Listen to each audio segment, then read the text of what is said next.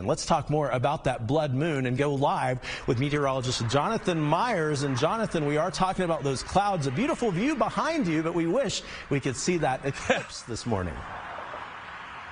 Yeah, Troy, everyone's been talking about this blood moon, the worm moon. I mean, what's that all about, right? Well, you're not really going to find out if you take a look in our skies, unfortunately. You'll see a beautiful look at our skyline, but the blood moon, what does that mean? Well, the blood moon, in fact, is, well, it's actually a lunar eclipse. What that is the Earth getting in the way between the sun and the moon. Actually, the sun is what illuminates the moon in the sky for us. So it kind of would, if you could see the moon, would give it kind of this bloody hue, if you will. And the worm moon, in fact, is the full moon for March, because according to the Native Americans, the worms would come up in spring in March when that full moon would come out.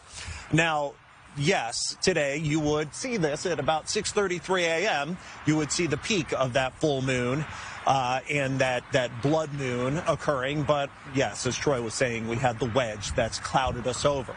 Now, if you want to see this, you can see it streaming on the internet where skies are clear.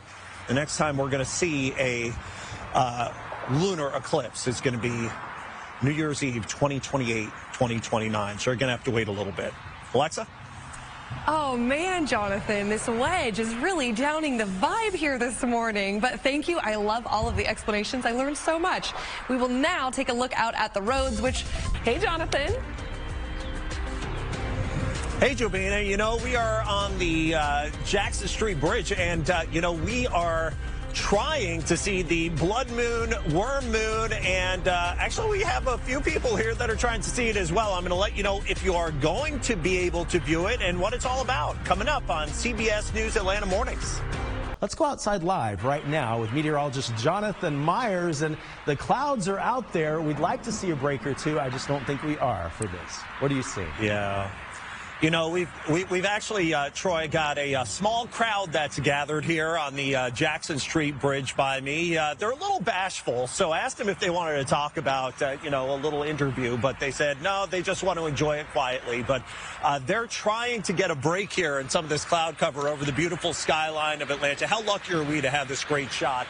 Unfortunately, though, we do have a lot of clouds that are blotting out the worm moon, blood moon. So what is the blood moon? Well, the blood moon is when you have a lunar eclipse with a full moon, and a lunar eclipse like we're seeing this morning. Well, we're not seeing it because of that wedge, all the clouds, but it occurs when the Earth is between the sun and the moon. Of course, the sun is what illuminates the moon in our sky. So it kind of gives the full moon this reddish hue when you have this lunar eclipse. And now the worm moon is March's full moon. And that's because the Native Americans saw the worms begin to come out of the ground this time of year in the springtime, as we've now entered meteorological spring at least.